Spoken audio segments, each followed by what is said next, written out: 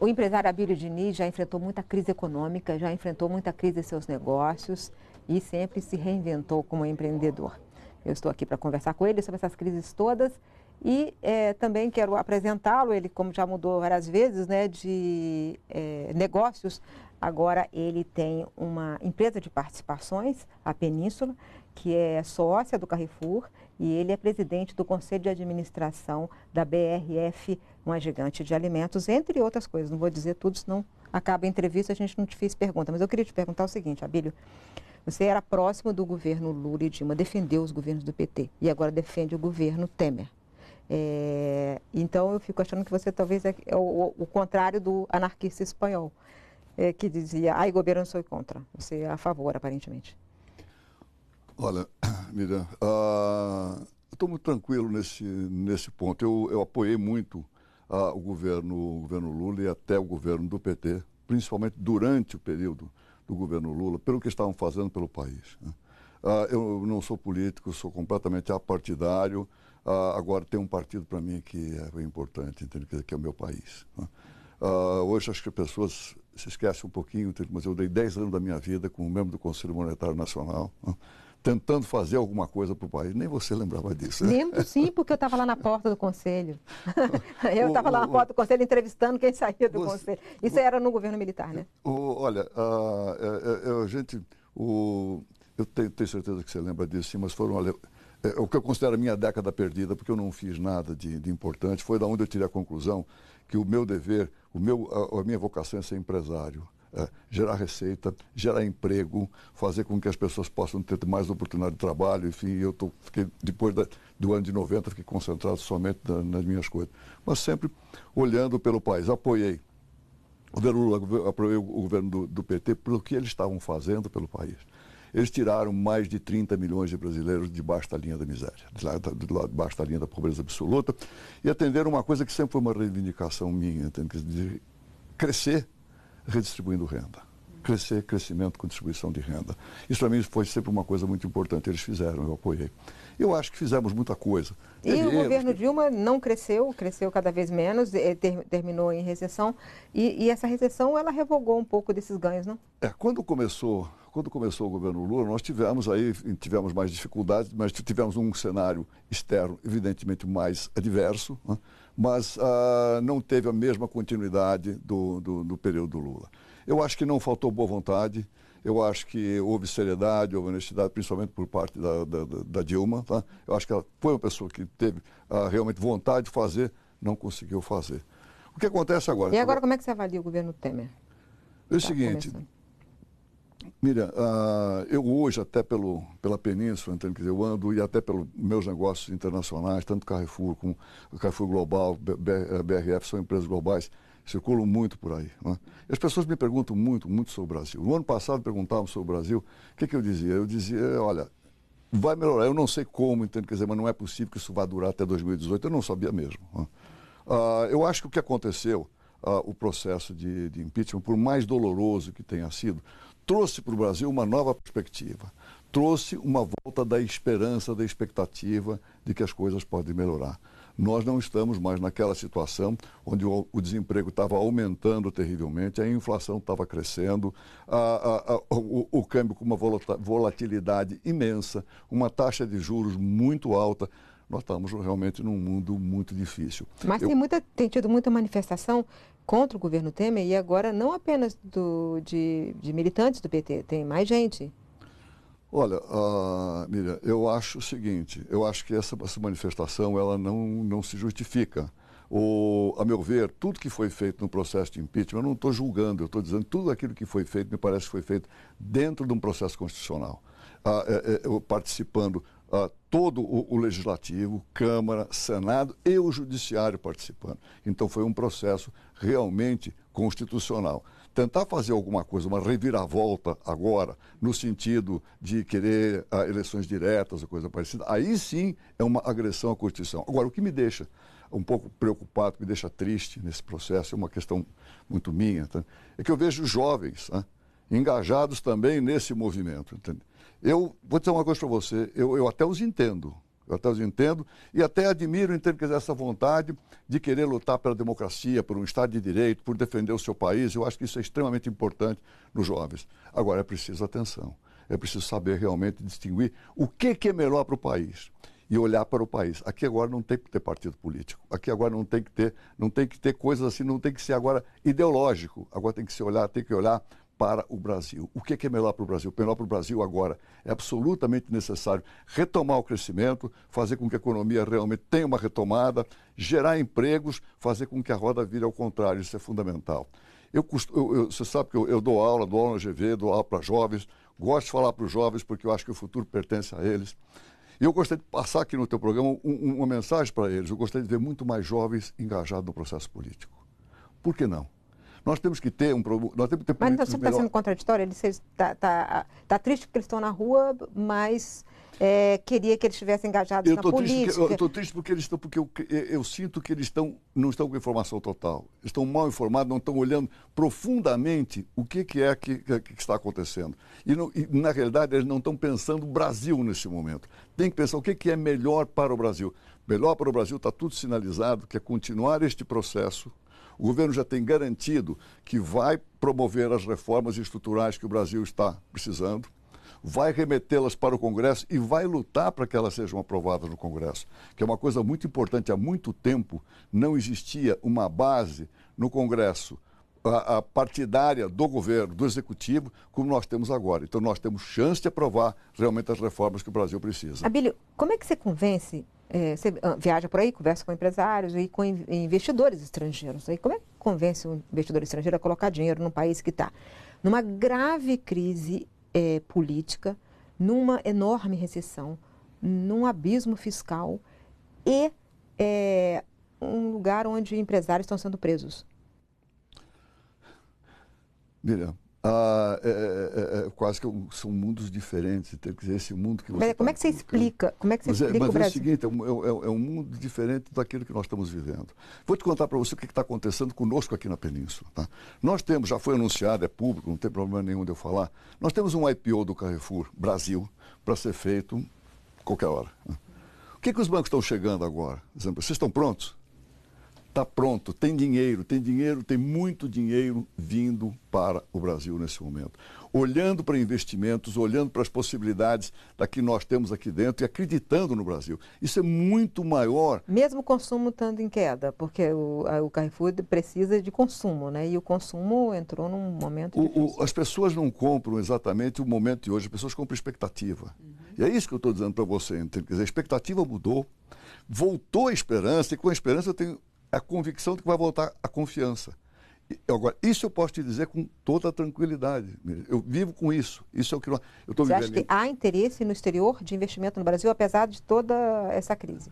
Total, Bíblia, total interesse, total. Hoje de manhã, entrei no Bono Minato, hoje de manhã recebemos aqui na Península um dos maiores fundos de investimento do mundo. Tá? O que ele está fazendo aqui? Conversando conosco o quê? Para nos dizer qualquer coisa mais soft? Não, vieram aqui sondar sobre a possibilidade de investimentos. E outra coisa que me preocupa, vem investimento de longo prazo e vem investimento de curto prazo também, que derruba a taxa de câmbio, que é uma complicação que o governo vai precisar administrar. Tá? Porque uma taxa, um real extremamente valorizado, apreciado, na minha opinião, não é bom para o Brasil, pelo menos no médio e longo prazo. No momento, tudo bem, no momento a gente convive, mas no médio e longo prazo precisa se olhar para isso. Quando você era só varejo, você não se preocupava com o câmbio. Agora que você é indústria, você está preocupado com o câmbio, é isso? Depende do chapéu. Minha cara, Miriam, eu sempre me preocupei com essas coisas. Em virtude dos 10 anos que eu dei para esse país, trabalhando, estudando economia, eu pouco me importava entre o que estava acontecendo na minha empresa. Tanto que quase nós fomos à falência no ano de 90, depois dos 10 anos que eu passei no Conselho Monetário Nacional. Tá? Eu sempre olhei para essa parte da economia, me preocupo com isso. Agora, eu digo isso para você com a maior convicção. Tá? O meu time é o Brasil. Tá? Eu olho muito mais para o Brasil do que para qualquer empresa, qualquer investida nossa, para qualquer coisa. Isso eu sempre tive dentro de mim. Um enorme orgulho de ser brasileiro e querer sempre o melhor para esse país. O governo anunciou um novo plano de parcerias de investimento, né? E o que você achou dos princípios, né? Não de cada projeto, que isso aí é uma outra coisa. Eu queria saber, assim, as bases que ele defendeu para esse novo momento do estímulo ao investimento? Eu não conheço o detalhe, quer dizer, mas os princípios eu sei bem e eu acho que eles estão corretos. Né? Primeiro, está sendo declarado, tarifa não vai ser, a tarifa que o concessionário vai cobrar depois não é o mandatório de tudo, não é isso que vai decidir o jogo. Outras coisas também, não vai mais ter empréstimo ponte, vai ter um empréstimo junto ao pacote.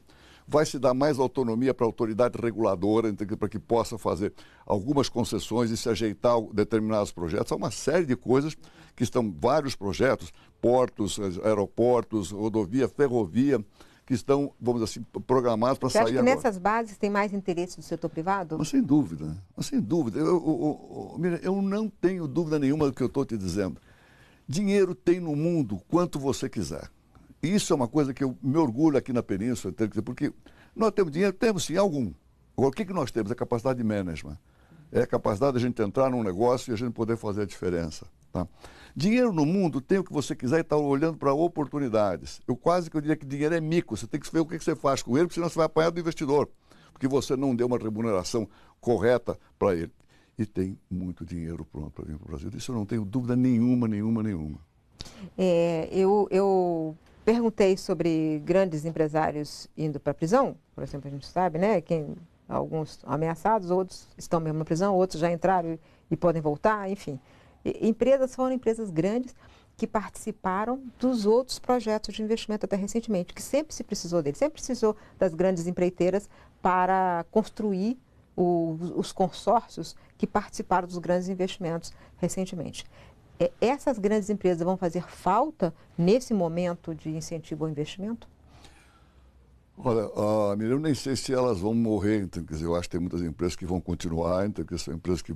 nós estamos vivendo um processo que não é só o Brasil, então, quer dizer, o mundo não aceita mais corrupção. Você vê o que foi feito na China, o que está sendo feito pelo Jinping na China de combate à corrupção, você vê o que está sendo feito na Espanha. Os países falam muito abertamente em combate à corrupção. Eu acho que esse processo que nós estamos passando no Brasil era um processo que era necessário, que está sendo feito, bem feito. Eu acho que está sendo até, inclusive, bem conduzido.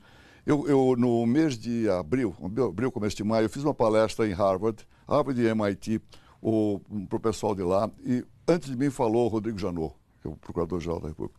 Deu uma aula, entende, sobre esse processo, entende, sobre Lava Jato, enfim, fazendo comparação com mãos limpas na Itália e tal. Eu acho que o processo está sendo bem conduzido. Né? Eu acho que eles vão ter que administrar, segundo o próprio Rodrigo Janot falou, vão ter que administrar quando é que é o seu término, que você não pode ter uma coisa que seja eterna, um processo contínuo. Você vai ter que administrar esse, começar outro lá na frente, fazer coisas diferentes. Mas, a meu ver, como brasileiro, nós estamos passando por um processo muito importante para o Brasil. Tá certo, eu concordo. Eu volto daqui a pouco, estou conversando hoje com o Abílio Diniz. Daqui a pouco eu estou de volta. Hoje eu estou aqui em São Paulo, na sede da empresa do Abílio Diniz, conversando com ele sobre as crises econômicas e as perspectivas do país. Outro dia você defendeu mais imposto, empresário defendendo mais imposto, o que é isso? Pois é, e aí o jornal botou esse manchete garrafal e eu virei o Abílio dos impostos. Né? Eu vou dizer o seguinte... Logo depois eu entrevistei um empresário que estava furioso. Hã? Logo depois eu entrevistei um empresário que estava furioso com a sua declaração. Eu acho até que se você pegar isso de uma maneira seca, é para ficar mesmo, entende? É evidente que eu não tenho dúvida nenhuma que a nossa carga tributária é extremamente elevada. Né? É muito alta, nós vamos reduzi-la. É isso que nós precisamos. Você vê que eu estou no setor agrícola, o pessoal do setor agrícola ficou furioso também com isso. Quando você pega a sua mensagem, quando você não olha a total dimensão... Furioso com você, seus colegas. Lógico. Falaram, o que é isso, companheiro? Pois é, exatamente. Quer dizer, o que é que você agora está defendendo impostos, principalmente em cima da gente, do pessoal do setor agrícola? Eu não defendo impostos de jeito nenhum. Eu defendo o seguinte, você tem que fazer escolhas. Você tem que saber o que você vai fazer. Se tudo der certo, nós vamos aprovar a PEC dos gastos, nós vamos aprovar uma reforma da Previdência que está prevista, vamos aprovar tudo isso aí, nós vamos ter um déficit no ano que vem de 139 bilhões de reais. Tá? O que você quer? Você quer carregar o déficit? Isso se tudo der certo. Você quer continuar carregando o déficit? Ou você, de repente, aceita um pouquinho a mais de taxa de juros? Por que eu falei taxa de juros, um pouco mais de imposto? Por que eu falei especificamente no imposto sobre o cheque? Por que eu falei especificamente no imposto, nesse determinado imposto? é um imposto fácil de arrecadar, não dá trabalho nenhum. Está falando do CPMF, uma volta exatamente, do CPMF.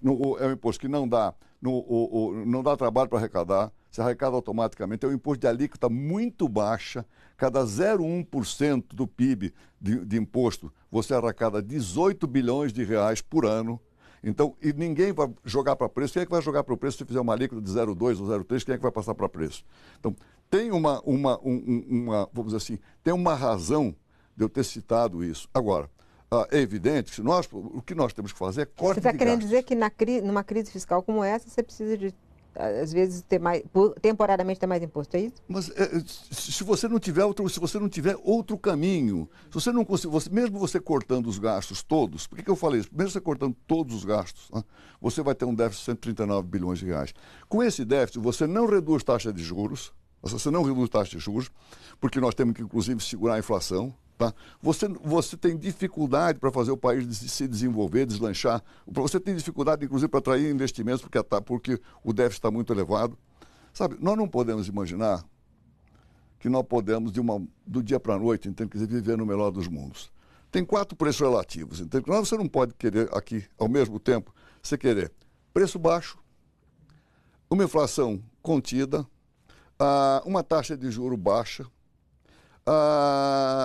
salários em alta e, por outro lado, um câmbio extremamente apreciado que dá a possibilidade da gente passear no exterior e comprar coisa lá fora. Quer dizer, não dá para você ter tudo ao mesmo tempo, tá certo? Porque as coisas estão interligadas. Você precisa, nesse momento, tem que olhar aquilo que tem. Uma coisa que me dá muita convicção, eu sei quem está lá no Banco Central e eu sei quem está lá no Ministério da Fazenda. Tem gente muito boa, de muito boa qualidade, que sabem disso, não estão se manifestando, mas sabem disso, sabem das coisas que têm que ser feitas em termos de economia. Agora, nós não podemos ficar com um preconceito. Se um dia o governo vier aumentar imposto, esse governo não presta. Isso aí é preconceito. Preconceito eu não aceito. Tem que ter conceito. Por quê? Explica por quê. Por que não pode ter, eventualmente, um aumento de imposto? Explica por quê. Quer dizer, se eu estou falando isso, hoje eu já não consigo, estou enferrujado em termos de economia, que eu não consigo fazer muita conta sozinho, mas tem gente que faz por mim, tá? Mas você tem ido bastante ao governo, né, para dar uns conselhos de gestão? Você tem ido ao governo dar uns conselhos de gestão? Olha, eu gostaria até muito de dizer que sim, entende? Quer dizer, mas não é assim, entende? Quer dizer, primeiro eu tenho vivido ultimamente, por causa de BRF, por causa de Carrefour Global, tenho vivido um bocado fora daqui, entende? Fora do Brasil. Não é aquilo que eu gosto de estar aqui, está na minha casa, no meu país. Tá? Mas segundo o seguinte, o governo não precisa de palpiteiro. O governo precisa de gente que cumpra o seu papel, impura do seu lado. Eu me orgulho de ser um cara que produzo riqueza através das minhas empresas, gero emprego. Eu tenho, entre Carrefour, BRF, eu tenho mais de 700 mil pessoas, global, trabalhando diretamente para a gente. Tá? Isso me dá muita satisfação. Na medida que eu puder contribuir para o meu país fazendo isso, eu acho que eu estou fazendo a minha parte, eu acho que eu estou deixando o meu legado. Abílio, a indústria brasileira está preparada para viver sem o Estado? Porque os empresários gostam muito de falar de o governo, o Estado está se envolvendo, o Estado devia privatizar tudo e tal. Mas, na verdade, principalmente a indústria passa o tempo todo pedindo subsídio, incentivo fiscal. Subsídio ao BNDES, incentivo fiscal reduz o imposto do meu negócio, não de todo mundo, do meu negócio. Ou aumenta a tarifa da importação dos meus produtos. Então, sempre foi essa relação. Não estou falando agora, não. Sempre foi assim, é uma coisa tradicional. A indústria tem uma relação com o governo muito mais dependente do que o varejo de onde você veio inicialmente, né? Quer dizer, seu primeiro negócio era varejo, agora você está mais híbrido, digamos. Estou híbrido. Está híbrido. Então, não acha que a indústria brasileira sempre foi muito dependente? Eu acho o seguinte, Miriam, eu acho que o empresariado brasileiro mudou muito. Mudou no sofrimento. Você cresce mais no sofrimento do que na bonança. Então, mudou muito. Hoje, você já tem gente que enxerga realmente o que nós somos. Então é uma coisa recente, porque até outro dia estavam pedindo lá em Brasília subsídios e incentivos. É o seguinte, você às vezes pode pedir uma determinada coisa, você não pode ter mudanças abruptas ao mesmo tempo. Você lê, por exemplo, eu vou te falar de do presidente, eu nem o conheço, do presidente da Mercedes, né? Deu uma entrevista agora, recentemente, numa revista de fim de semana, Página Amarela da Verde, deu uma entrevista, né? Onde ele critica enormemente os subsídios e diz que esse modelo acabou.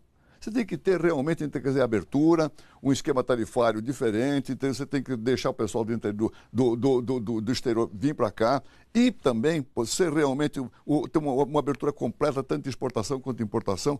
Quer dizer que é só ele? Não, não é só ele. Tem muita gente, em termos de indústria, pensando dessa forma.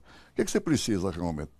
Você não pode ter volatilidade no câmbio do jeito que a gente já tenta, do jeito que nós estamos tendo. Você não pode ter. Final do ano passado, eu fiz uma palestra em Nova York, disse: o Brasil está for sale, está em liquidação, está com o dólar quase 4. Tá? Agora, de repente, ele vem e ameaça ele para 3 ou abaixo de 3, sei lá o que, está em 3,20. Tá? Essa volatilidade assusta, inclusive, o investidor, essa volatilidade assusta os próprios, para fazer os investimentos na própria indústria. Você quer que o Banco Central controle o câmbio? Você quer que o Banco Central controle o câmbio? Não quero que o Banco Central controle o câmbio. Aliás, o Banco Central não tem que mexer no câmbio. O Banco Central está por estatuto do Banco Central, ele é o guardião da inflação, dos preços. Tá? Ele tem que fazer o seu papel, e o Irlan está fazendo muito bem o seu papel. Esse problema do câmbio é um problema que vem da parte fiscal. Quer dizer, você que tem que controlar o déficit, tem que fazer uma série de coisas para você dar condições para que o câmbio seja realmente aquele mais adequado para o país. Agora, o que eu estou criticando agora não é nem câmbio baixo nem alto, estou criticando a volatilidade. Isso realmente assusta. E assusta e inibe os investimentos. Quer dizer, quando você vai fazer um investimento que você tem um componente, uma parte de exportação ou de importação dos seus insumos, você tem que pensar que câmbio eu vou ter. E isso assusta. Então, o que eu estou criticando não é a taxa de câmbio muito alta ou muito baixa, estou criticando a volatilidade, porque isso aí inibe os investimentos. O programa está acabando, eu queria te perguntar o seguinte: na sua longa vida empresarial, já teve muita história, né? Nem cabe num programa, mas tem uma recorrência, quer dizer, você brigou várias vezes, brigou com o irmão, brigou com o sócio e tal. A vida empresarial é assim? Ela tem essas emoções, esses conflitos explícitos? Não necessariamente, eu acho que não é na vida empresarial. Então, quer dizer, o lado ruim, quer dizer que eu tive muita briga, sim. O lado bom, quer dizer que hoje eu sou um conciliador, quer dizer, eu sou um cara que busco mais, quer dizer, a conciliação. E veja o seguinte, isso com a minha família, se eu tivesse a cabeça que eu tenho hoje, evidentemente não teria acontecido nada do que aconteceu, tá? Lamento, foi em outro tempo, já passou. No que eu tive recentemente os meus problemas com o meu sócio francês, olha, o tempo é senhor da razão, entende? Quer dizer, o que se passou fazem 3 anos, fez agora dia 6 de setembro, faz 3 anos que eu saí do GPA, do Grupo Pão de Açúcar, demonstrado um pouquinho de que lá está a verdade. Então, quer dizer, então eu estou muito tranquilo com isso. Se brigar é ser aguerrido, é ser agressivo, é querer fazer o melhor, inclusive para suas empresas, para sua família, para si próprio, inclusive para o seu país, eu quero continuar brigando. Não, tá certo. Então, boas brigas ou boas conciliações. Muito obrigada pela entrevista. Até a semana que vem.